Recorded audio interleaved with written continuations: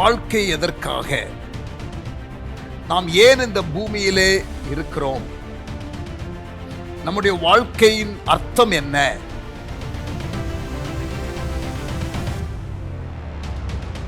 வாழ்க்கையின் அர்த்தத்தை அறிந்து வாழும் பொழுது வாழ்க்கை மிகவும் லகுவாகிவிடும். தேவையில்லாத காரியத்திலே நாம் சிக்கிக்கொள்ள மாட்டோம்.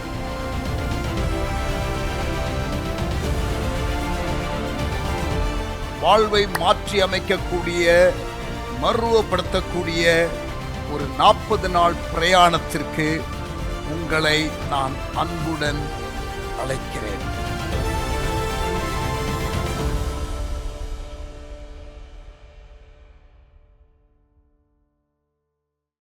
Praise the Lord.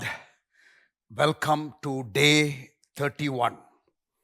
31வது அத்தியாயத்திற்கு 31வது நாளுக்கு உங்களை அன்புடன் வரவேற்கின்றேன்.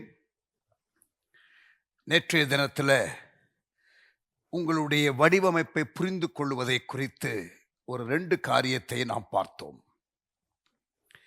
We looked at 2 things to help you understand your shape, how God has designed you, the master designer, how he has wired you. அவர் உங்களை எப்படி உருவமைத்திருக்கிறார் என்ற காரியத்தை புரிந்து கொள்வதற்கு 2 காரியங்கள், ஸ்பிரிச்சுவல் கிஃப்ட்ஸு, அப்புறம் யோர் ஹார்ட், உங்களுடைய இருதயம், அதோடு கூட ஆவிக்குரிய வரங்கள். இதை பேஸ் பண்ணி தான் உங்களுடைய அழைப்பு, தெரிந்து கொள்ளுதல், உங்கள் லைஃப் அசைன்மெண்ட்டு இருக்கும்.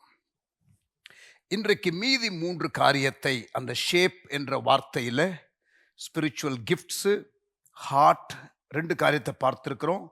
இன்றைக்கு APE, abilities, personality and experience, திறமைகள், ஆழ்தத்துவம், அனுபவங்கள்.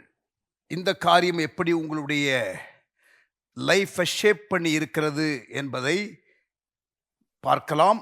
அதை வைத்துதான் ஆண்டவர் உங்களுக்கு அவருடைய நோக்கத்தை இந்த மினிஸ்ட்ரி என்ற காரியத்தில் வரும் பொழுது வைத்திருப்பார். ஸோ அண்டர்ஸ்டாண்டிங் யோர் ஷேப், உங்களது வடிவமைப்பை புரிந்து கொள்ளுதல், அதுதான் இந்த சாப்டருடைய தலைப்பு. சங்கீதம் 139:13. You shaped me first inside, then out. You formed me in my mother's womb. என்னை முதலில் உள்ளேயும் பின்பு வெளியேயும் வடிவமைத்தீர். நீர் என் தாயின் கற்பத்தில் என்னை உருவாக்கினீர். இதை நான் பலமுறை சொல்லியிருக்கிறோம். இந்த particular டீச்சிங்கில் God has designed us in a very unique way and there is no duplicate for you. ஆண்டவர் உங்களைப் போல இன்னொரு ஆளை உருவாக்கலை. You are an unique individual. நீங்கள் ஒரு தனித்தன்மை வாய்ந்த ஒரு நபர். நீங்கள் மட்டுமே நீங்களாக இருக்க முடியும். Only you can be you. உங்களைப் போல வேறு ஒருவரும் இல்லை. அப்படி என்றால் இந்த பூமியில வேறு யாரும் உங்களுக்கென்று தேவன் வைத்திருக்கிற அந்த வேலையை செய்வதற்கு ஒரு ஏற்ற நபர் கிடையாது. No one else on earth will ever be able to play the role God has planned for you. நீங்கள் மௌனமாயிருந்தால் ரட்சிப்பு வேறு வழியாய் வரும் என்ற வசனம் எனக்கு தெரிகிறது. I am aware of it. ஆனால் அந்த பெர்ஃபெக்ட் வில் ஆஃப் காட்ல, தேவனுடைய பரிபூர்ண சித்தத்தில் அவர் செயல்பட வேண்டும் என்றால் நீங்கள் தேவை. if you don't make your unique contribution to the body of Christ, it won't be made as good as you if anyone else replaces. வேறு யாராவது அதில் செயல்பட வேண்டிய ஒரு நிர்பந்தம் நீங்கள் செயல்படாத பட்சத்தில் இருக்கும் பொழுது அது சிறப்பானதாக இருக்க வேண்டிய விதமாக இருக்காது. 1 கொரிந்தியர் 12ஆம் அதிகாரம் 4 முதல் 6 வரை. 1 Corinthians chapter 12 verse 4 to 6. வரங்களில் வித்தியாசங்கள் உண்டு, ஆவியானவர் ஒருவரே. ஊழியங்களிலேயும் வித்தியாசங்கள் உண்டு, கர்த்தர் ஒருவரே. கிரியைகளிலேயும் வித்தியாசங்கள் உண்டு, எல்லாருக்குள்ளும் எல்லாவற்றையும் நடப்பிக்கிற தேவன் ஒருவரே. வரங்களில் வித்தியாசங்கள் உண்டு, ஊழியங்களில் வித்தியாசங்கள் உண்டு, கிரியைகளிலே வித்தியாசங்கள் உண்டு. போன சாப்டரில் ஸ்பிரிச்சுவல் கிஃப்ட்ஸு, உங்களுடைய ஹார்ட்டு ஆகிய காரியங்களை நாம் பார்த்தோம். இன்றைக்கு மற்ற 3 காரியங்களுக்குள்ளே போகலாம். முதலாவதாக எபிலிட்டிஸ், திறமைகள். உங்களது திறமையை நீங்கள் செயல்படுத்த வேண்டும். உங்களுடைய ஆவிக்குரிய வரங்களை நீங்கள் அறிந்து கொள்ள வேண்டும். உங்களது இருதயத்திற்கு நீங்கள் செவி கொடுக்க வேண்டும். உங்களது திறமையை செயல்படுத்த வேண்டும். உங்களுக்கு தாளந்துகள், திறமைகள், அவைகளெல்லாம் நீங்கள் பிறக்கும் பொழுதே இயற்கையாகவே தேவன் கொடுத்த காரியங்கள். ஆவிக்குரிய வரங்கள் என்பது ரட்சிக்கப்பட்ட பிறகு அருளப்பட்ட காரியங்கள்.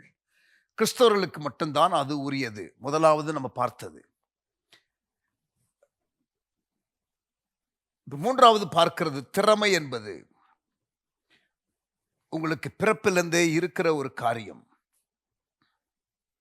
சிலருக்கு பார்த்தீங்கன்னா நல்லா பேச வரும். அவங்க தாயின் வயிற்றுக்குள்ளிருந்து வெளில வரும்போதே பிரசங்கம் பண்ணிக்கிட்டே வந்த மாதிரி, பேசிக்கிட்டே வந்த மாதிரி, அப்படிப்பட்டதான ஒரு இயற்கையாகவே அவர்களுக்கு பேச்சு திறமை இருக்கும்.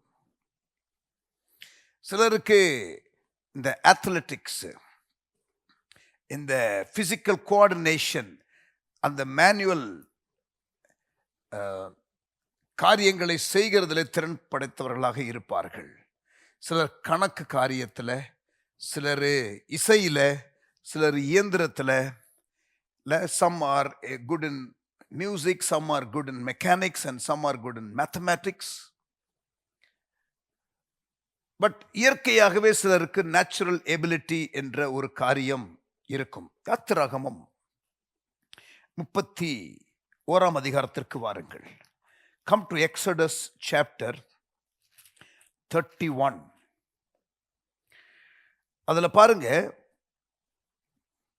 3, 4, 5 வசனங்கள். வினோதமான வேலைகளை அவன் யோசித்து செய்கிறதற்கும், பொன்னிலும் வெள்ளியிலும் வெண்கலத்திலும் வேலை செய்கிறதற்கும், ரத்தினங்களை முத்திரை வெட்டாக வெட்டி பதிக்கிறதற்கும், மரத்திலே சித்திர வேலைகளை செய்வதற்கும் மற்றும் சகலவித வேலைகளையும் யூகித்து செய்கிறதற்கும் வேண்டிய ஞானமும் புத்தியும் அறிவும் அவனுக்கு உண்டாக அவனை தேவ ஆவியினாலே நிரப்பினேன். யாரு? பெசலெயேல் என்ற ஒருவனை குறித்து வேதம் சொல்லுகிறது. He had this unique multi skills. He was very instrumental in making the vessels for the tabernacle. ஆசரிப்பு கூடாரத்தில், வனாந்திரத்தில் இஸ்ரவேல் ஜனங்கள் அந்த ஆசரிப்பு கூடாரத்தை ஏற்படுத்தும் பொழுது தேவன் சொன்ன மாதிரியின்படி மோசே கட்டுகிறாரே அந்த ஆசரிப்பு கூடாரம், அதில் வைக்கிற சில பொருட்கள், தட்டுமுட்டுகள் எல்லாம் ஸ்பெசிஃபிகேஷன்ஸோட இருக்கிறது. அவைகள் அந்த திறமையின்படியும் இல்ல அந்த கிராஃப்ட்ஸ், பலவிதமான கிராஃப்ட்ஸ் எல்லாம் பயன்படுத்தி அதை செய்ய வேண்டும். அதற்கு தேவன் அபிஷேகித்திருந்தார் சிலரை. When God wanted to create the tabernacle and all the utensils for worship, he provided artists and craftsmen who were shaped with the skills, abilities and knowledge of all kinds of crafts to make the artistic designs for the utensils in the tabernacle.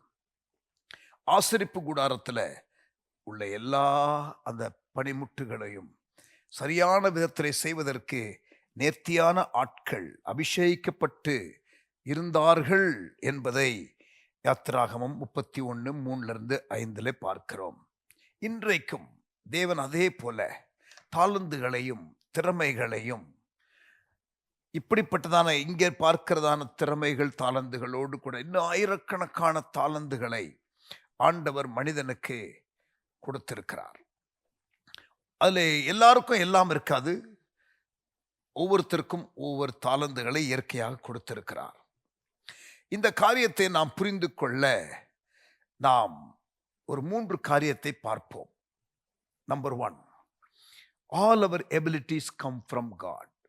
நம்மால் செய்யக்கூடிய எல்லா காரியங்களும் எல்லா திறன்களும் தேவனிடத்திலிருந்து வருகிறது. Number 2, every ability can be used for God's glory. நம்ம கொடுக்கப்பட்டிருக்கிற ஒவ்வொரு தாளந்தையும் தேவனுடைய நாமத்தின் மகிமைக்காக பிரயோகிக்க முடியும். 3வது, what I am able to do, God wants me to do. நான் தான் அதை செய்ய முடியும் என்ற காரியங்கள் இருக்கிறதே, அதை நீங்கள் செய்ய வேண்டும் என்று ஆண்டவர் விரும்புகிறார். ஒவ்வொன்றாக பார்க்கலாம். all our abilities come from God. நமது எல்லா திறமைகளும் தேவனிடமிருந்து வருகிறது. நம்ம பாவம் செய்யக்கூடிய காரியங்கள் இருக்கிறதே, அதுவும் தேவன் கொடுத்த கிருபை தான். ஆனால் நம்ம தவறாக பயன்படுத்துகிறோம், அவ்வளவுதான். Every ability that you have, the talent that you have is from God. It could be used or it could be misused. It could be abused.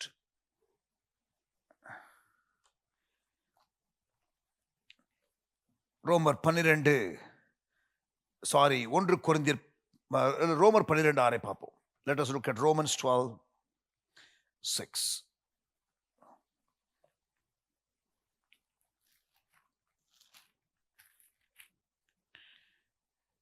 நமக்கு அருளப்பட்ட கிருபையின்படியே நாம் வெவ்வேறான வரங்கள் உள்ளவர்கள் ஆனபடியினாலே நம்மில் தீர்க்க தரிசனம் சொல்லுகிறவன் விசுவாச பிரமாணத்திற்கு ஏற்றதாக சொல்ல கடவன். அதற்கு பிறகு பார்த்தீங்கன்னா ஊழியம் செய்கிறவன் ஊழியத்திலும் போதிக்கிறவன் போதிக்கிறதிலும். பட் இந்த முதல் பகுதியை மட்டும் பார்ப்போம். நமக்கு அருளப்பட்ட கிருபையின்படியே நாம் வெவ்வேறான வரங்கள் உள்ளவர்கள் ஆனபடியினாலே. We are different.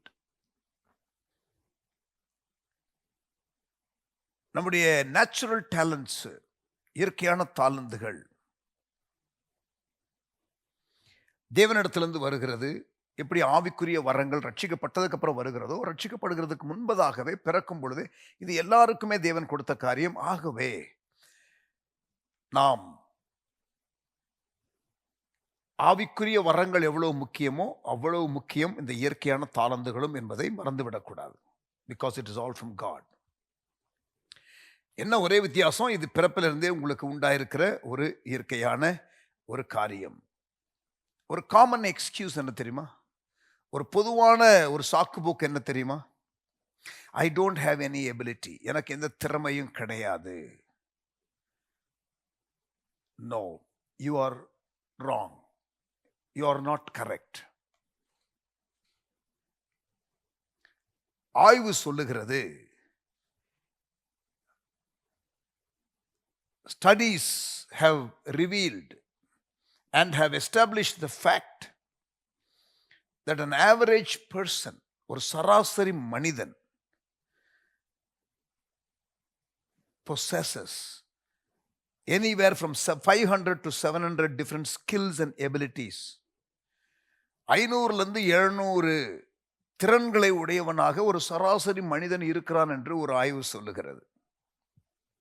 You probably have hundreds of untapped, unrecognized and unused abilities that are lying dormant within you. உங்களுக்குள்ள பயன்படுத்தப்படாத, அறியப்படாத, அங்கீகரிக்கப்படாத, வெளிக்கொண்டு வரப்படாத தாளந்துகள் இருக்கக்கூடும். நீங்கள் அறியாமலேயே அது வெளிக்கொண்டு வரப்படாமல் இருக்கலாம். இதை கவனிங்க. ஆய்வு சொல்லுகிறது, your brain can store 100 trillion facts. திருப்பி சொல்றேன், your brain can store 100 trillion facts.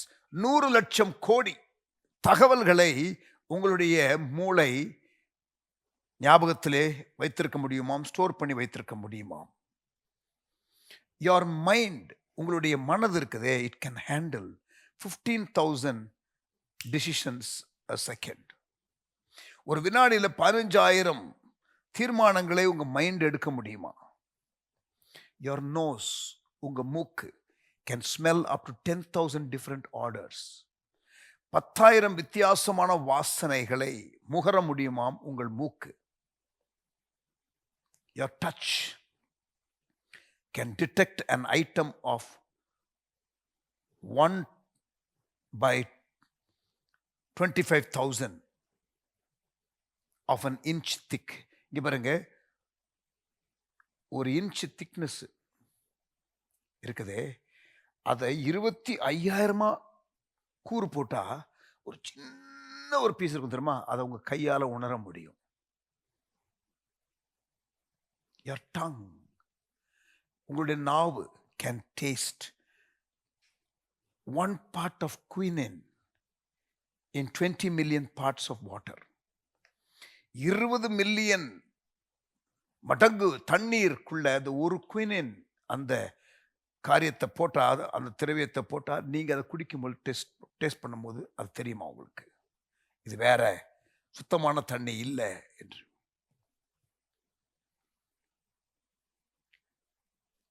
நூறு லட்சம் கோடி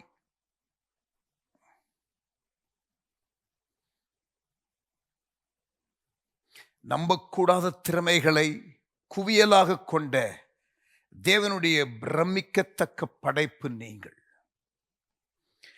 நம்பக்கூடாத திறமைகளை குவியலாக கொண்ட தேவனுடைய பிரமிக்கத்தக்க படைப்பு நீங்கள். சபையினுடைய பொறுப்பு இந்த தாளந்துகளை ஒவ்வொரு இடத்திலிருந்து கண்டுபிடித்து அதை சபைக்காக பயன்படுத்த வேண்டும். நமது எல்லா திறமைகளும் தேவனிடத்திலிருந்து வருகிறது. இரண்டாவது, every ability can be used for God's glory. ஒவ்வொரு திறமையும் தேவனின் மகிமைக்காக உபயோகப்படுத்தப்பட முடியும். 1 கொரிந்தியர் 10:31 1 கொரிந்தியர் 10:31 நீங்கள் எதை செய்தாலும் தேவனுடைய நாமத்தின் மகிமைக்காக செய்யுங்கள், புசித்தாலும் குடித்தாலும். whatever you do, do it for the glory of God என்று வாசிக்கிறோம். உங்களுக்கு இருக்கிற தாளந்துகளை வைத்து, நமது எல்லா திறமைகளும் தேவனிடத்திலிருந்து வருகிறது. திறமைகள் என்பது ரட்சிக்கப்படாதவர்களுக்கும் இருக்கிறதும் தேவனிடத்திலிருந்து தான் வந்தது, உங்களுக்கும் தேவனிடத்திலிருந்து தான் வந்தது. பிறக்கும் பொழுது அது வந்தது. ஆவிக்குரிய வரங்கள் மட்டும்தான் ரட்சிக்கப்பட்ட பிறகு. இரண்டாவது, ஒவ்வொரு திறமையும் தேவனின் மகிமைக்காக உபயோகப்படுத்தப்பட முடியும். every ability can be used for God's glory. whatever you do, do it for the glory of God. 1 கொரிந்தியர் 10:31.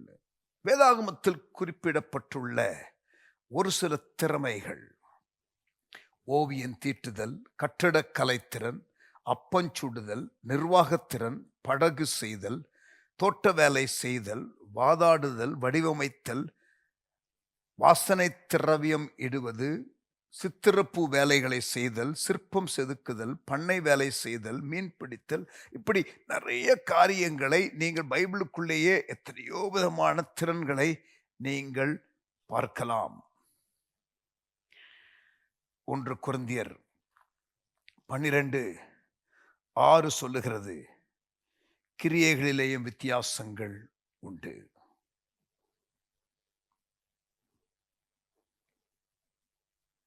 சபையில உங்களுக்கு இருக்கிற தாளந்துகளை வைத்து நீங்கள் ஒரு ஸ்பெஷல் கான்ட்ரிபியூஷன், ஒரு பங்களிப்பை நீங்கள் செய்ய முடியும்.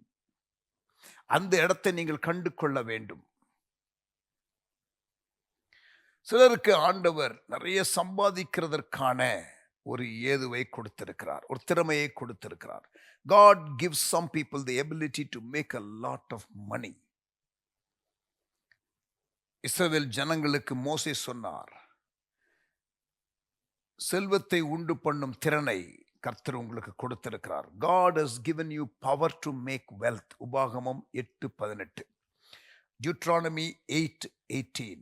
God has given us power to make wealth. இப்படி செல்வத்தை உண்டு பண்ணக்கூடிய கிருபைகளை உடையவர்கள், நல்ல பிஸ்னஸ் மென்னாக இருப்பார்கள், டீல்ஸ் சேல்ஸ் எல்லாம் பண்ணக்கூடியவர்களாக இருப்பார்கள், நிறைய ப்ராஃபிட் எடுக்கக்கூடிய ஆற்றல் உடையவர்களாக இருப்பார்கள். இப்படிப்பட்டதான் நீங்கள் ஒருவேளை இருந்தால், இதை எப்படி தேவ நாமத்தின் மகிமைக்காக நீங்கள் செலவு செய்ய வேண்டும்? எப்பொழுதும் இந்த திறமை உங்களுக்கு இருக்கிறது, ஆண்டவர் கொடுத்த ஒரு எபிலிட்டிங்கிறத மறந்துடாதீங்க. Be grateful to God, give God the credit for your ability. ரெண்டாவது, உங்களுடைய பிஸ்னஸை பயன்படுத்தி நீங்க ரட்சிக்கப்படாதவர்களுடைய வாழ்க்கையை தொடுவதற்கு அந்த பிஸ்னஸை கர்த்தர் ஆசீர்வதிக்க அப்படி பயன்படுத்துங்கள். மூன்றாவது, ஒரு 10ல் 1 பங்கையாவது தேவ நாமத்தின் மகிமைக்காக ஆண்டவரை கனப்படுத்துவதற்கு தசமபாகமாக செலுத்துங்கள். இன்னும் சொல்ல போனால் தேவராஜ்யத்தை கட்டுகிறவனாக, கிங்டம் பில்டராக, ஒரு வெல்த் பில்டராக இல்லாதபடிக்கு நீங்கள் ஒரு கிங்டம் பில்டராக இருப்பது எப்படி என்பதை அறிந்து கொள்ள வேண்டும். 34வது சாப்டர் 34 உங்களுக்கு இதை குறித்து ரிக்வார்ன் அவர்கள் இன்னும் விரிவாக பேசுவார்கள். முதலாவது, எல்லா தாளந்துகளும் தேவனிடத்திலிருந்து வருகிறது. இரண்டாவது, ஒவ்வொரு திறமையும் தேவனின் மகிமைக்காக உபயோகப்படுத்தப்பட வேண்டும். மூன்றாவது, என்னால் எதை செய்யக்கூடுமோ அதை நான் செய்யும்படி தேவன் விரும்புகிறார். What I am able to do, God wants me to do. பூமியில் நீங்கள் ஒருவர் மட்டும்தான் அந்த வேலையை நேர்த்தியாய் செய்ய முடியும். உங்களுடைய பங்களிப்பு இல்லாவிட்டால் இன்னொருவர் அந்த இடத்தை நிரப்புவது கடினமாக இருக்கும். எபிரேயர் 13:21, Hebrews 13 and verse 21. எபிரேயர் 13:21. இயேசு கிறிஸ்துவை கொண்டு தமக்கு முன்பாக பிரியமானதை உங்களில் நடப்பித்து, நீங்கள் தம்முடைய சித்தத்தின்படி செய்ய உங்களை சகலவித நற்கிரியைகளும் சீர்பொருந்தினவர்களாக்குவாராக. அவருக்கு என்றென்றைக்கு மகிமை உண்டாவதாக. திருப்பி வாசிக்கிறேன். எபிரேயர் 13:21. இயேசு கிறிஸ்துவை கொண்டு தமக்கு முன்பாக பிரியமானதை உங்களில் நடப்பித்து, நீங்கள் தம்முடைய சித்தத்தின்படி செய்ய உங்களை சகலவித நற்கிரியைகளும் சீர்பொருந்தினவர்களாக்குவாராக. அவருக்கு என்றென்றைக்கு மகிமை உண்டாவதாக.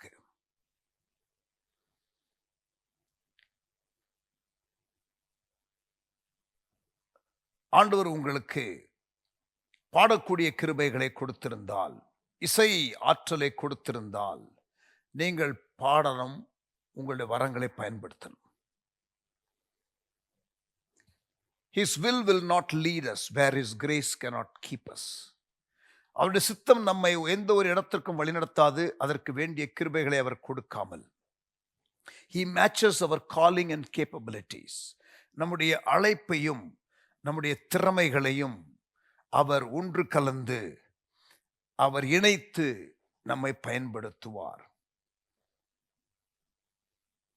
உங்களுடைய வரங்கள், தாளந்துகள், உங்களுடைய இருதயத்தின் விருப்பங்கள், இதெல்லாம் நீங்கள் ஒட்டுமொத்தமாக வைத்து பார்க்கும் பொழுது உங்களுடைய வாழ்க்கையிலே தேவனுடைய சித்தம் இன்னதென்று நீங்கள் அறிந்து கொள்ள அது உதவியாக இருக்கும். It will help you disclose the will of God for your life. உங்களுடைய திறமை நீங்கள் சம்பாதிப்பதற்காக, உங்களுடைய திறமை உங்களுடைய வாழ்க்கைக்கு தேவையான காரியத்தை பொருளாதாரமாக கொண்டு வருவதற்காக மட்டும் பயன்படுத்துவது தவறு. Your abilities were not given just to make a living. God gave them to you for a purpose. ஒரு நோக்கத்திற்காக கொடுத்திருக்கிறார். 1 பேதுரு 4ஆம் அதிகாரம் 10ஆம் வசனம். 1 Peter chapter 4 verse 10. அவனவன் பெற்ற வரத்தின்படியே நீங்கள் தேவனுடைய பற்பல கிருபையுள்ள ஈவுகளை பகிர்ந்து கொடுக்கும் நல்ல உக்கிரானக்காரர் போல ஒருவருக்கொருவர் உதவி செய்யுங்கள். திருப்பி வாசிக்கிறேன். 1 பேதுரு 4:10. அவனவன் பெற்ற வரத்தின்படியே நீங்கள் தேவனுடைய பற்பல கிருபையுள்ள ஈவுகளை பகிர்ந்து கொடுக்கும் நல்ல உக்கிரானக்காரர் போல ஒருவருக்கொருவர் உதவி செய்யுங்கள்.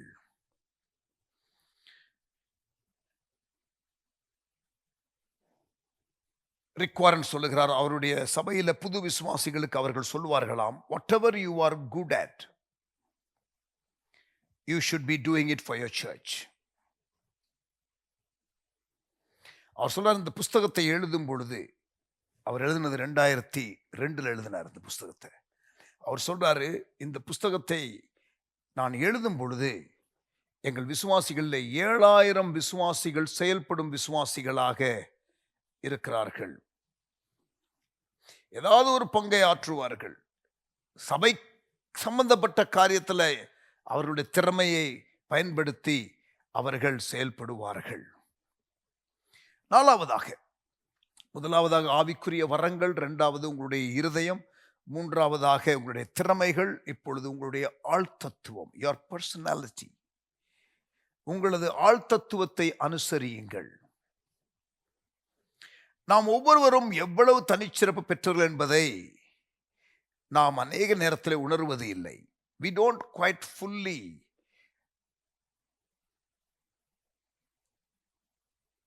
conscious of the fact that we are very unique.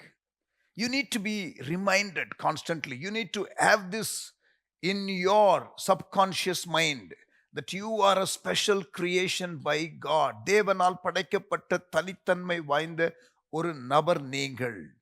இது பாருங்க, உங்களுக்கு கொஞ்சம் குழப்ப போகுது, பட் பரவாயில்ல, இதை கேளுங்க. ரிக் வாரன் சொல்லுகிறார், எனக்கும் கொஞ்சம் மண்டை சுத்துச்சுதான், பட் உங்களுக்கும் சேர்ந்து சுத்தட்டும். இப்போ இதை சொல்கிறேன், கவனிங்க. டிஎன்ஏ மர அணுப்பு, அந்த அணுக்கள் இருக்கிறதே, மரபணுக்கள் இருக்கிறதே, அது எண்ணிக்கைக்கு அடங்காத விதங்களில் இணையக்கூடுமாம். உள்ள அந்த டிஎன்ஏ ஃபார்ம் ஆகிற டைமில் அந்த எந்த விதமான நபராக பிறப்பிக்கப்படணுங்கிறதுக்கு அந்த ஜீன்ஸ் எல்லாம் ஒன்றாக சேருகிற காரியங்கள், டிஎன்ஏ மரபணுக்கள் எண்ணிக்கைக்கு அடங்காத விதங்களில் இணையக்கூடுமாம். அது 10⁻240 கோடி அடுக்கின் அளவு. குழம்புதா? 10 to the power of 240 crores. இங்க ஏ ஸ்கொயர், பி ஸ்கொயர் அதெல்லாம் படிச்சிருப்பீங்கள்ல ஸ்கூல்ல. அது மாதிரி அந்த ஸ்கொயர் சொல்றோம் இல்லையா, அந்த அடுக்கு எழுத்து சொல்றோம் இல்லையா, அது போல 10க்கு 240 கோடி அடுக்கு. இந்த அளவு சந்தர்ப்பங்களுக்குள் ஒன்றாகத்தான் உங்களைப் போல இன்னும் ஒரு சிருஷ்டியை காணும் சந்தர்ப்பம் இருக்குமாம். இந்த எண்ணில் வரும் பூஜ்யங்களை ஒரு அங்குல அகலம் கொண்டதாக எழுதினால், ஒரு இன்ச்சுக்கு அந்த ஒரு பூஜ்யத்தை எழுதினால் அந்த நம்பரு 37,000 மைல் 50,000 கிலோமீட்டருக்கு தூரம் உள்ள பேப்பர் எடுத்தாதான் அந்த ஜீரோவெல்லாம் எழுத முடியுமா? சில விஞ்ஞானிகள் இப்பிரபஞ்சத்திலே உள்ள 10 பின்னர் 76 பூஜ்யங்களை சேர்த்த எண்ணை விட சற்று குறைவானவை என்று கண்டுபிடித்துள்ளார்கள். சரி, இப்போ உங்களுக்கு என்ன நான் பேசுறேன்னு உங்களுக்கு புரியல. நான் பேசுறது கிரீக் ஹீப்ரூ மாதிரி இருக்குது. எனக்கே அப்படித்தான் இருக்குது. இது உங்கள் டிஎன்ஏ மர அனுபவை விட மிக குறைவு. சரி, எதுவும் புரியலனா கூட குழம்பி போயிருந்தா குழம்ப வேண்டாம். செய்ய அல்லது சொல்ல வரும் உண்மை என்னவென்றால், தேவன் உங்களை தனித்தன்மையுடன் படைத்திருப்பது நிரூபிக்கப்பட்டு விட்டது. It is established that the DNA of people are always different. When God made you, He broke the mold. There never has been and never will be anybody exactly like you. உங்களை போல எக்ஸாக்டா இன்னொரு நபர் இல்லவே இல்லை. ஆண்டவர் ஒரு அச்சு இலை வைத்து நம்மை உருவாக்கவில்லை. அவர் பிரமிக்கத்தக்க அதிசயமாய் நம்மை உண்டாக்கினார். God loves varieties. ஆண்டவருக்கு வித்தியாசமான காரியங்களாக இருக்கிறது அவருக்கு மிகவும் பிடிக்கும். He is a God of varieties. He created each of us with a unique combination of personality traits. இந்த ஆழ்தத்துவம் என்றால் அந்த ஒரு நபருடைய அந்த way of doing things, the style of doing things, அவருடைய ஒரு நபருக்கு இருக்கிறதான ஒரு தனித்தன்மை, ஆழ்தத்துவம், personality. Example, some are introverts and some are extroverts. சிலர் அமைதியாக இருக்கிறவர்கள், சிலர் பரவசத்துடன் எப்பொழுதும் இருப்பவர்கள். கூட்டம் இருக்கிற இடத்துல அப்படியே ஷைனிங் ஸ்டாராக அவர்கள் வெளியிலே வருவார்கள். ஆனால் சிலருக்கு கூட்டம் கூச்சமாக இருக்கும். ஆனால் சிலருக்கு கூட்டம் தான் கும்மாளமாக இருக்கும். சிலர் இன்ட்ரோவர்ட், சிலர் எக்ஸ்ட்ரோவர்ட், சிலர் like crowd, some people don't like crowd. இதெல்லாம் நம்முடைய டிஃபரெண்ட் பர்சனாலிட்டிஸ். சிலருக்கு வழக்கமாக செய்கிற காரியத்தையே செய்யணும், சிலருக்கு புது புது காரியம் செய்யணும். Some people love to do routine, some people like varieties. Some are thinkers and some are feelers. சிலர் சிந்திக்கிறவர்கள், சிலர் உணர்கிறவர்கள். சிலர் தனியாக செயல்படுவதை விரும்புவார்கள், சிலர் டீமாக செயல்படுவதை விரும்புவார்கள். இதெல்லாம் டிஃப்ரெண்ட் டைப்ஸ் ஆஃப் பர்சனாலிட்டிஸ். ஒவ்வொருவருடைய ஆழ்தத்துவம் வேரீடாக இருக்கும்.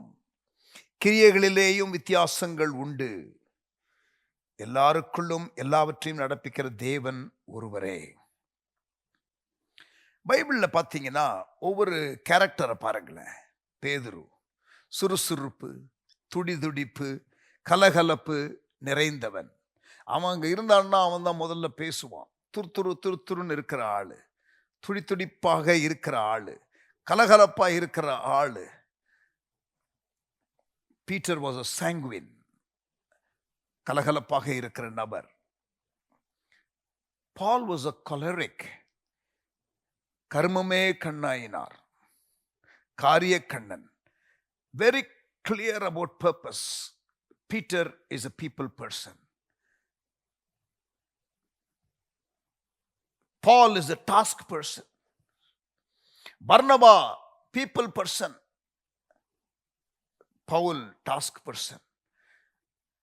ஜான் மார்க்கு சரியில்லை என்ற பொழுது பேதுரு பவுல் வேண்டான்னு சொல்றாரு. ஆனால் பர்னபா சொல்றாரு, இல்ல வைத்துக் கொள்ளுகிறேன். பீப்புள் பர்சன் பர்னபா, டாஸ்க் பர்சன் பால். டிஃபரெண்ட் பர்சனாலிட்டிஸ், வித்தியாசமான ஆழ்தத்துவத்தை உடையவர்கள். எரேமியா, he was a melancholy. உணர்வு அடிப்படையில் இயங்குகிறவன். உணர்வு அடிப்படையில் இயங்குகிறவன். ஆட்கள் இருக்கிற இடத்துல லைவாக வருகிறவர்கள். என்ன நடந்தாலும் காரியத்துல கண்ணாக இருக்கிற பவுல். 12 சீஷர்கள், ஒவ்வொருத்தருக்கும் டிஃப்ரெண்ட் பர்சனாலிட்டி. அதனாலதான் அந்த இன்டர்பர்சனல் கான்ஃப்ளிக்டும் அதிகம் அவர்களுக்குள்ள வந்தது. we are all different. there is no right or wrong temperament for ministry. உங்களுக்கு இருக்கிற அந்த ஆழ்தத்துவம் மாறணும்னு சொல்லவே இல்லை. குணம்தான் மாறணும், கேரக்டர் மாறணும், பர்சனாலிட்டி மாற வேண்டிய அவசியம் இல்லை. You can be an extrovert and be Christ like. you can be an introvert and be Christ like. we need all kinds of personalities to balance the church and give it a flavor. Amen. Ice cream கடைக்கு போனீங்கன்னா எல்லாம் ஒரே வெண்ணிலா ஐஸ்கிரீமாக இருந்தால் எப்படி இருக்கும்? போர் அடிக்கும்ல. Baskin Robbins என்ற ஒரு இடத்துக்கு போனீங்கன்னா 31 ஃப்ளேவர். எத்தனை flavour? 31 all over the world.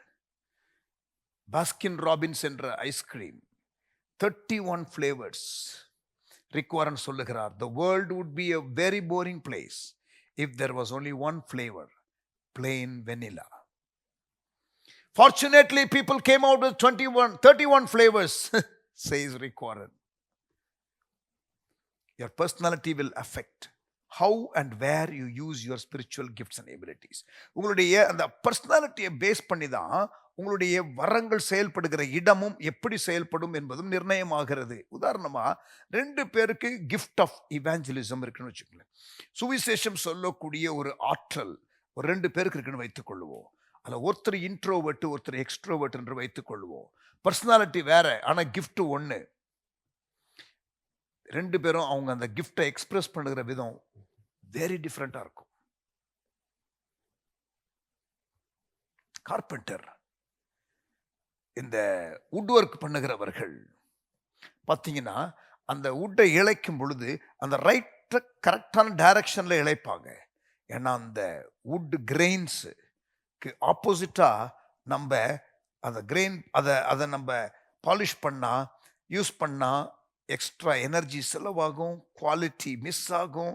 But அந்த ஃப்ளோவில் கரெக்டாக அதை சிப் பண்ணும்போது அது எளிதாக இருக்கும்.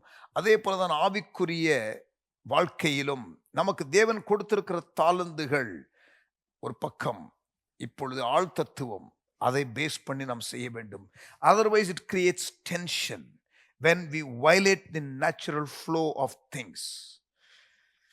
எக்ஸ்ட்ரா எனர்ஜி செலவாகும், ரிசல்ட் பேடா இருக்கும், இயற்கையா வராது. உங்களுடைய தாளந்து அதாவது உங்களுடைய ஆள் தத்துவத்திற்கு மாறாக காரியங்களை செய்தால்,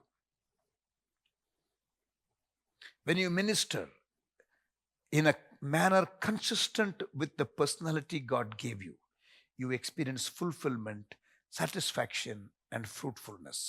நீங்கள் உங்களுக்கு கொடுக்கப்பட்ட அந்த ஆழ்தத்துவத்தின் அந்த அடிப்படையில் அவர் கொடுத்த வரங்களை நீங்கள் பயன்படுத்தும் பொழுது அது உங்களுக்கு ஒரு நிறைவை கொண்டு வரும், ஒரு திருப்தியை கொண்டு வரும், ஒரு கனி நிறைந்த ஒரு பணியாக அது இருக்கும். ஃபைனலா நம்பர் 5, எக்ஸ்பீரியன்ஸ், அனுபவம். ஷேப் என்ற வார்த்தையிலிருந்து படித்து கொண்டிருக்கிறோம். நீங்கள் எப்படி வடிவமைக்கப்பட்டிருக்கிறீர்கள், how you are shaped for God's service.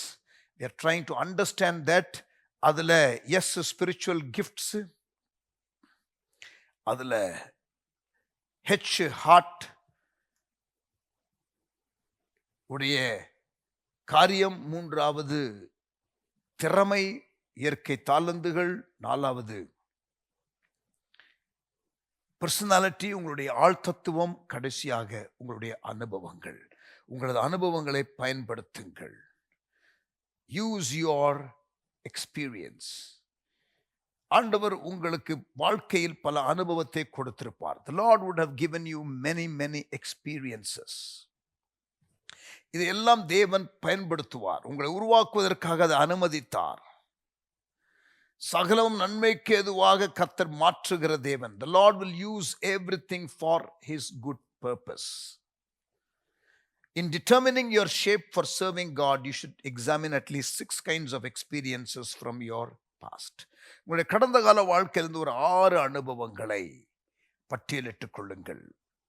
உங்களுடைய ஃபேமிலி எக்ஸ்பீரியன்ஸ், உங்களுடைய குடும்பத்திலிருந்து நீங்கள் எதை கற்றுக்கொண்டீர்கள், எஜுகேஷனல் எக்ஸ்பீரியன்ஸ், உங்களுடைய ஃபேவரட் சப்ஜெக்ட் என்ன, ஒகேஷனல் எக்ஸ்பீரியன்ஸ், வேலை காரியத்தில் உங்களுடைய அனுபவம் என்ன, which job you did effectively, நீங்கள் செய்த வேலைகள் எதில் நல்ல தாக்கம், நல்விளைவுகள், spiritual experiences,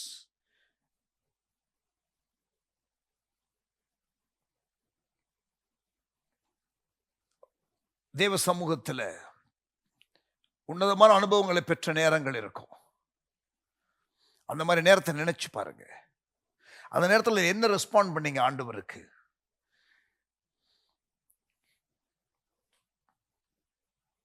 meaningful times with God, when was that? Deep spiritual experiences, உன்னதமான ஆவிக்குரிய அனுபவங்கள்.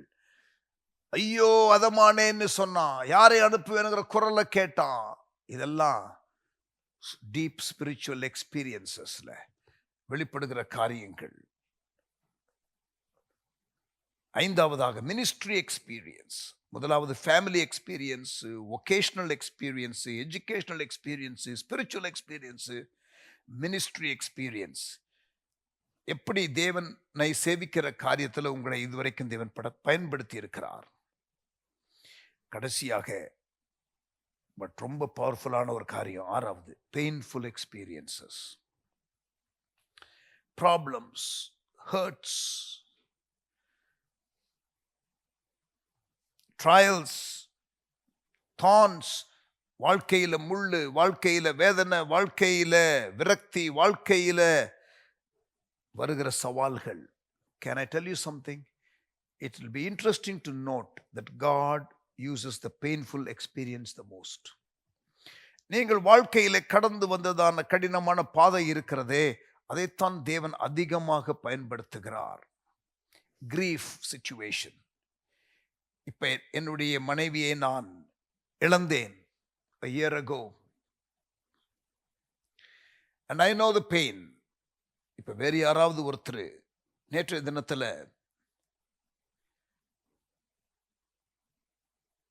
ஒரு உபவாச ஜெப கூடுகையில் இருந்த பொழுது ஒரு பாஸ்டர் வந்திருந்தாரு. முடிஞ்ச உடனே என்கிட்ட பேசிக்கிட்டு இருந்தாரு. போன மந்த் தான் என்ன அவர் ஒரு ஃபெல்லோஷிப்பில் பார்த்தாரு, நம்பர் கொடுத்தாரு. இப்போ இந்த ஃபெல்லோஷிப்புக்கு அவர் வர ஆரம்பிச்சிட்டாரு. முடிஞ்ச உடனே வந்து பேசினார். எனக்கு அவரை அறிமுகமாக ரொம்ப தெரியாது. அவர் சொன்னார், pastor, I lost my wife to cancer this January, 2 மாசத்துக்கு முன்னாடி. And I lost her when she was 34. என்னுடைய wife she passed away when she was 54. இன்னொரு ஊழியக்காரர். அதை கேட்ட உடனே அப்படியே அவர் கையை பிடிச்சு நான் ஜெபம் பண்ணேன். அவரு சொன்னார், பாஸ்டர், உங்கள் லைஃபு இந்த அக்காவை இழந்த பொழுது நீங்கள் ஹேண்டில் பண்ண விதம் எனக்கு ஒரு பெரிய ஒரு பலனை கொடுத்தது. நான் கடந்து போன வேதனை பாதையில் நான் அடிக்கடி உங்களை நினைத்து கொண்டேன். நம்முடைய பெயின்ஃபுல் எக்ஸ்பீரியன்ஸ் மற்றவர்களுக்கு பிரயோஜனமாக இருக்கும். 2 கொரிந்தியர் 1:4. 2 கொரிந்தியர் 1:4. தேவனால் எங்களுக்கு அருளப்படுகிற ஆறுதலினாலே எந்த உபத்திரவத்திலும் அகப்படுகிறவர்களுக்கு நாங்கள் ஆறுதல் செய்ய திராணியுள்ளவர்கள் ஆகும்படி எங்களுக்கு வரும் சகல உபத்திரவங்களிலேயும் அவரே எங்களுக்கு ஆறுதல் செய்கிறவர். Very powerful scripture. தேவனால் எங்களுக்கு அருளப்படுகிற ஆறுதலினாலே, நாங்கள் காயப்பட்ட பொழுது, நாங்கள் வேதனைப்பட்ட பொழுது தேவன் எங்களுக்கு அருளின ஆறுதல். எந்த உபத்திரவத்திலாகிலும் அகப்படுகிறவர்களுக்கு நாங்கள் ஆறுதல் சொல்ல திராணி உள்ளவர்கள் ஆகும்படி எங்களுக்கு வரும் சகல உபத்திரவங்களிலேயும் அவரே எங்களுக்கு ஆறுதல் செய்கிறவர். We go through much pain and we experience the comfort of God. But you know what? God allows all these things in our life so that we can comfort those who go through such pain. மற்றவர்கள் கடந்து போகும் பொழுது இந்த பாதை வழியாய் நான் அவர்களையும் கட்டுவதற்காக என்று பவுல் சொல்லுகிறார். ஒரு வீட்டில் ஸ்பெஷல் சைல்டு உங்களுக்கு இருக்குன்னு வைத்துக் கொள்ளுங்க. You understand someone who has a special child. The pain of raising a special child at home. வீட்டில் குழந்தை, பாதிக்கப்பட்ட குழந்தை, மனநிலை சரியில்லாத ஒரு குழந்தை, ஸ்பெஷல் சைல்டு என்று ஆங்கிலத்திலே சொல்லுவார்கள். அந்த ஒரு சைல்டை நீங்கள் வளர்த்து கொண்டு வரும் பொழுது அதில் இருக்கிற சவால்கள் தெரியும். அப்படிப்பட்ட ஒரு நபரை நீங்கள், you will be the best person to comfort them, to counsel them, to care for them. நீங்க அவங்களை கேர் பண்றதுக்கு நீங்க தான் பெஸ்ட் ஆளு.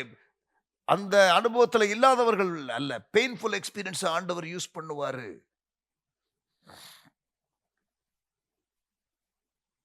உண்மையில்லாத மனைவி, வீட்டை விட்டு ஓடிச் சென்ற மனைவி, கைவிடப்பட்ட கணவன் அல்லது புருஷன் வேறொரு பெண்ணோடு ஓடி போய்விட்டார். இங்கே மனைவி, பிள்ளைகள், இப்படிப்பட்ட சூழ்நிலை வழியாக கடந்து போகிறவர்கள், அப்படிப்பட்டதான பிரச்சனை வழியாய் கடந்து போகிறவர்களுக்கு பெருமாறுதலாக இருப்பார்கள். என்னுடைய தகப்பனாரை நான் எங்க அப்பா 47 வயதாக இருக்கும் பொழுது, எனக்கு 19 வயதாக இருக்கும் பொழுது நான் இழந்தேன். And that was tough. அது மிகவும் கடினமான ஒரு காலம். இப்ப எனக்கு தகப்பனில்லாத பிள்ளைகள் என்று யாராவது இருந்தா, my heart goes for them.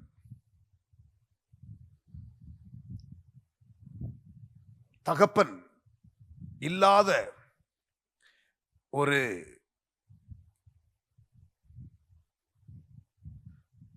பிள்ளைகளை ஒரு யூத் கேம்ப்ல பேசிக் கொண்டிருக்கிறேன். I was speaking in a youth camp. திடீரென்று எனக்கு ஒரு பெரிய ஒரு பாரம்.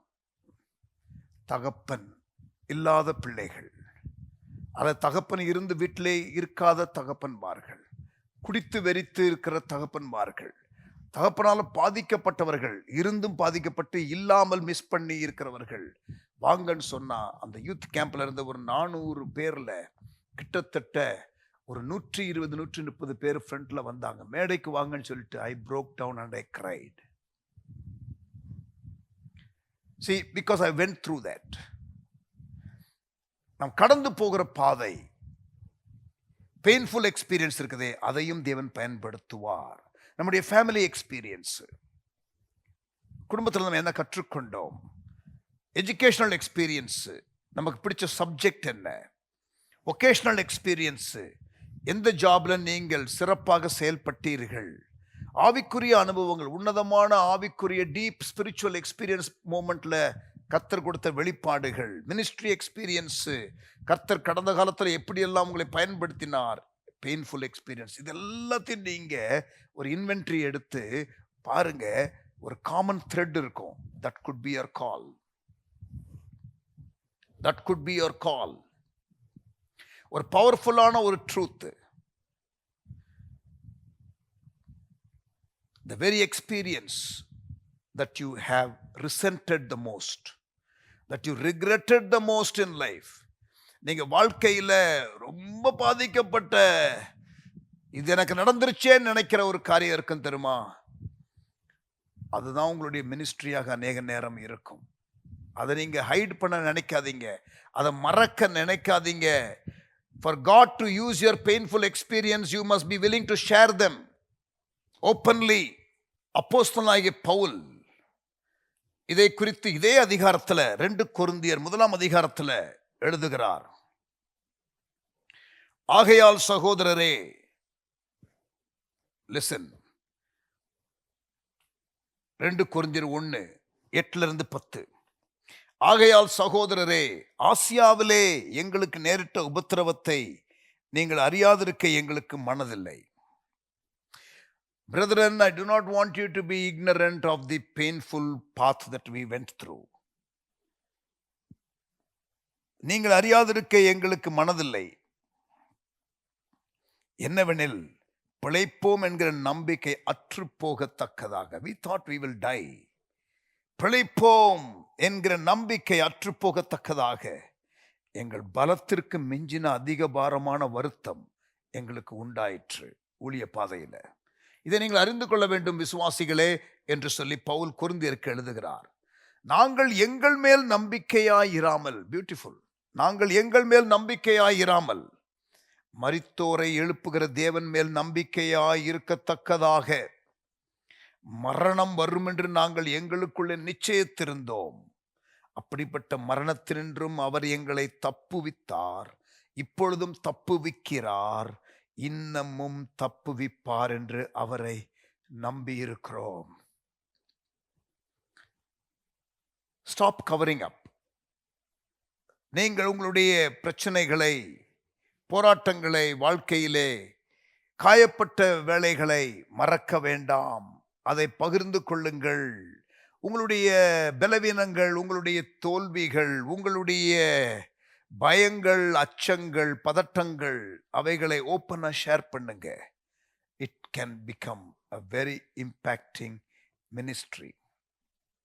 People are always encouraged when you share how God's grace helped you in your weakness than bragging about our strengths. நம்முடைய பலத்தை குறித்து நாம் பெருமையாய் பேசுகிற காரியத்தை காட்டிலும் நம்முடைய வாழ்க்கையிலே கடந்து போகிற பாடுகளை பகிர்ந்து கொள்ளும் பொழுது, அது எப்படி இருந்தது அந்த உணர்வுகள் என்று சொல்லும் பொழுது மக்கள் அதனாலே கட்டப்படுகிறார்கள்.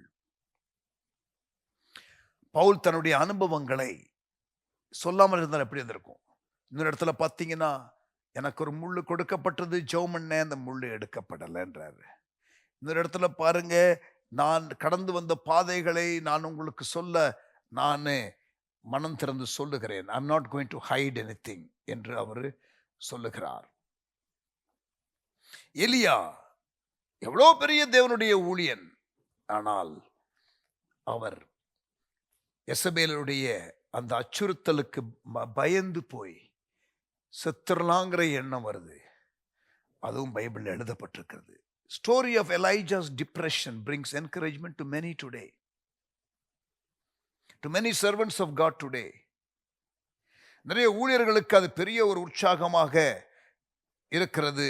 அவருக்கே அப்படி வந்துச்சு, எனக்கு இது ஏன் வராது? See, they take comfort because that story is there in the Bible. மோசே, ஆண்டவர் என்ன கொண்டு போட்டா பரவாயில்ல, enough of ministry, people are painful, they are giving me problems, I'm not able to handle it anymore, என்னால இதுக்கு மேல தாங்க முடியல. என்னாகமம் 11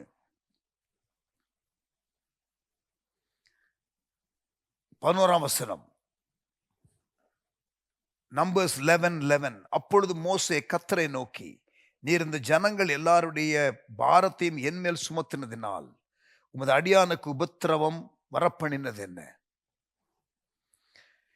உம்முடைய கண்களில் எனக்கு கிருபை கிடையாதே போனது என்ன?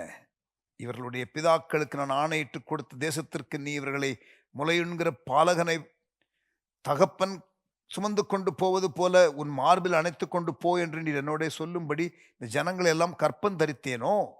இவர்களை பெற்றது நானோ? இன்னும் ஒரு தகப்பனை போல கொண்டு போங்கிறீங்க, நானும் பெத்தா மாதிரி. Moses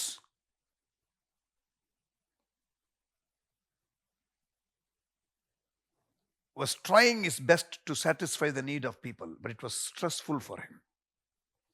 People were not happy. They are constantly murmuring. அவர்கள் தொடர்ந்து முறுமுறுக்கிறார்கள். 14ஆம் வசனம், என்னாகமம் 11. இந்த ஜனங்கள் எல்லாரையும் நான் ஒருவனாய் தாங்கக்கூடாது. It's too much Lord. எனக்கு இது மிஞ்சின பாரமாய் இருக்கிறது. It is breaking my back.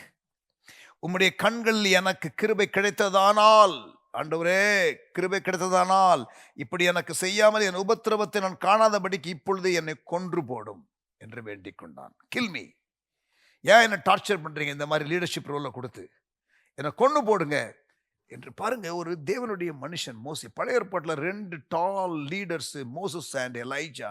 both of them had the suicidal or wanting to end their life syndrome. Bible without hiding it reveals that encourages leaders. இது மாதிரி பேசேஜ் லீடர்ஸ்க்கு என்கரேஜ் பண்ணும். இயேசு Gethsemane தோட்டத்தில், குடும்பனால் இந்த பாத்திரம் என்னை விட்டு எடுபடட்டும், if possible Lord let this cup pass from me. இயேசுவே தேவசித்தம் செய்வதற்கு போராட வேண்டியது இருந்ததா என்ற கேள்வி வருகிறது இல்லையா? Was Jesus struggling to do the Father's will? Oh yes, he was. In this instance for sure. இந்த இடத்துல நிச்சயமாக. பாருங்க, லூக்கா 22ல அவரு சரண்டர் பண்றார். ஆகிலும் என் சித்தம் அல்ல உம் சித்தம். ஆனால் அதற்கு முன்னால் என்ன கேட்டாரு? கூடுமானால் இந்த பாத்திரம் என்னை விட்டு எழுபடட்டும்னாரு. அவ்வளவு பெயின்ஃபுல்லான ஒரு மோமெண்ட்.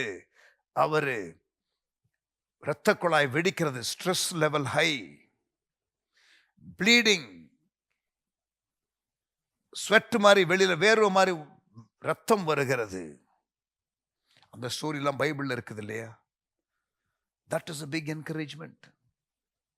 அதே போல உங்க லைஃப்ல இருக்கிற பெயின்ஃபுல் எக்ஸ்பீரியன்சஸ், இருக்கிற ஃப்ரஸ்ட்ரேஷன் மூமெண்ட்டை நீங்க எப்படி ஹேண்டில் பண்ணீங்க அது சொல்லுங்க. உங்களுக்கு நடக்கிற காரியம் மட்டுமல்ல, அந்த நேரத்தில் எப்படி உணர்ந்தீங்க, உங்களோட ரெஸ்பான்ஸ் எப்படி இருந்துச்சு, எப்படி ஃபீல் பண்ணீங்க, எப்படி வெளியில வரான்ற உதவி செய்தார், அல்லது எவ்வளவு கடினமான பாதை வழியாக கர்த்தர் உங்களை நடத்தினார். Did you feel discouraged? Did you feel disillusioned? Did you feel the despair of it? இதெல்லாம் சொல்லுங்க. அப்படிப்பட்ட சூழ்நிலைகள் வழியாக கடந்து போகிறவர்களுக்கு, don't waste your pain. Use it to help others. இதுவரைக்கும் 5 காரியங்களை பார்த்திருக்கிறோம். தேவனுக்கு நீங்கள் ஊழியம் செய்ய வேண்டும், லைஃப் அசைன்மெண்ட் செய்யணும். வாழ்க்கையில உங்களுக்கு ஒரு வேலையை ஆண்டவர் கொடுத்திருக்கிறார். பவுல் சொல்றார், நல்ல போராட்டத்தை போராடினேன், ஓட்டத்தை முடித்தேன். 2 தீமோத்தேயு 4:7-8. I finished my race என்று சொல்லுகிறான். அவன் சாகிறதற்கு முன்னால அவனுடைய மரணம் ஒரு நேச்சுரல் டெத் இல்லை, ஆனாலும் அவருடைய வாழ்க்கையில ஓட்டத்தை ஓடி முடிக்கிறான், லைஃப் அசைன்மெண்ட்டை முடிக்கிறான். அந்த ஒரு நிறைவு பாயிண்ட்டுக்கு வர்றான். அதுக்கப்புறம் தான் கொல்லுகிறவர்கள் கூட கொல்ல முடிந்தது. அதே போல இயேசு, அவருடைய லைஃபும் நேச்சுரல் டெத் இல்லை, he was murdered. அவர் கொல்லப்பட்டார். ஆனாலும் அதற்கு முன்பதாக யோவான் 17:4, பிதாவே நீர் எனக்கு கொடுத்ததை செய்து முடித்தேன். Father, I have finished the work that you have given me to do. பூமியிலே உம்மை மகிமைப்படுத்தினேன் என்று சொல்லுகிறார். நம்முடைய லைஃப் ஓட்டத்தை நம்ம ஓடணும். முதல் 3 நோக்கம் ஆராதனை, ஐக்கியம், இயேசுவை போல மாறுதல். இப்ப 4வது நோக்கம், இன்றைக்கு 3வது நாள் பாடத்தை பார்த்து கொண்டிருக்கிறோம். Life as an assignment. வாழ்க்கைக்கு ஒரு பணியை ஆண்டவர் வைத்திருக்கிறார். அது எப்படி இருக்கும்? உங்களுடைய ஷேப்பை பொறுத்திருக்கும். ஷேப் என்றால் என்ன? Spiritual gifts, heart, ability, personality, experience. உங்களது ஆவிக்குரிய வரங்களை அறிந்து கொள்ளுங்கள். உங்களது இருதயத்திற்கு செவி கொடுங்கள். உங்களது திறமையை செயல்படுத்துங்கள். உங்களது ஆழ்த்தத்துவத்தை அனுசரியுங்கள். உங்களது அனுபவங்களை பயன்படுத்துங்கள். ஆமென். nobody can be you. வேறொருவர் நானாக இருக்க முடியாது. நீங்கள் ஒரு தனித்தன்மை வாய்ந்த நபர். உங்களுடைய ஷேப்பை புரிந்து கொள்வதற்கு இது ஓரளவிற்கு உதவியாக இருக்கும் என்று நம்புகிறோம். ஆனால் இந்த ஆசிரியர் ரிக் வாரன் அவர்கள் ஷேப், டிஸ்கவரிங் யுவர் ஷேப் என்ற ஒரு தலைப்பில் ஒரு தனியாக ஒரு ஸ்டடியை வைத்திருக்கிறார். பட் இதுதான் இந்த ஜிஸ்ட். உங்களுக்கு அது நிச்சயமாக பிரயோஜனமாக இருந்திருக்கும் என்று நம்புகிறோம். இன்றைக்கு 3வது நாள், இன்னும் 4 நாள் படிக்க போகிறோம். இந்த வரங்களை, திறமைகளை,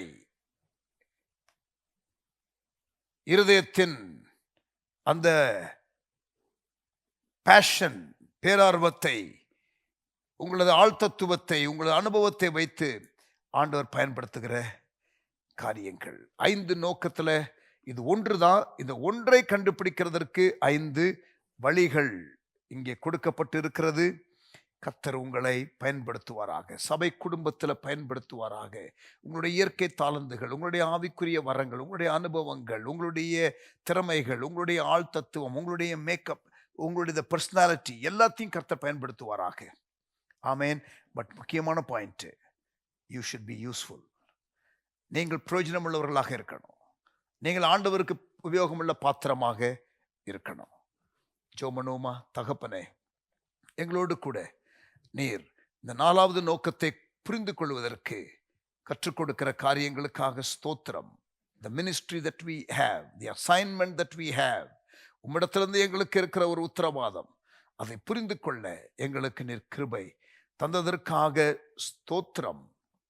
எங்களோடு கூட தொடர்ந்து மீதி 4 நாட்கள் இந்த 4வது நோக்கத்தை புரிந்து கொள்ள எங்களுக்கு உதவி செய்வீராக. எங்களோடு கூட நீர் இடைப்படுகிறதற்காக ஸ்தோத்திரம். இயேசுவின் நாமத்தில் ஜெபிக்கிறோம் எங்கள் நல்ல பிதாவே. ஆமென். Praise the Lord. ஷேப் என்ற காரியத்தை வைத்து எவ்வளவு சிம்பிளா உங்களுக்கு புரிகிற மாதிரி ஆண்டவர் இப்படி ஒரு நல்ல ஒரு ஊழியரை ஏற்படுத்தி நமக்கு ஒரு புக் வடிவத்தில் இந்த காரியங்களை கொடுத்திருக்கிறார். ஆண்டவருக்கு ஸ்தோத்திரம். Thank you for joining today. கர்த்தர் தாமே உங்களை தொடர்ந்து ஆசீர்வதிப்பாராக. ஆமென்.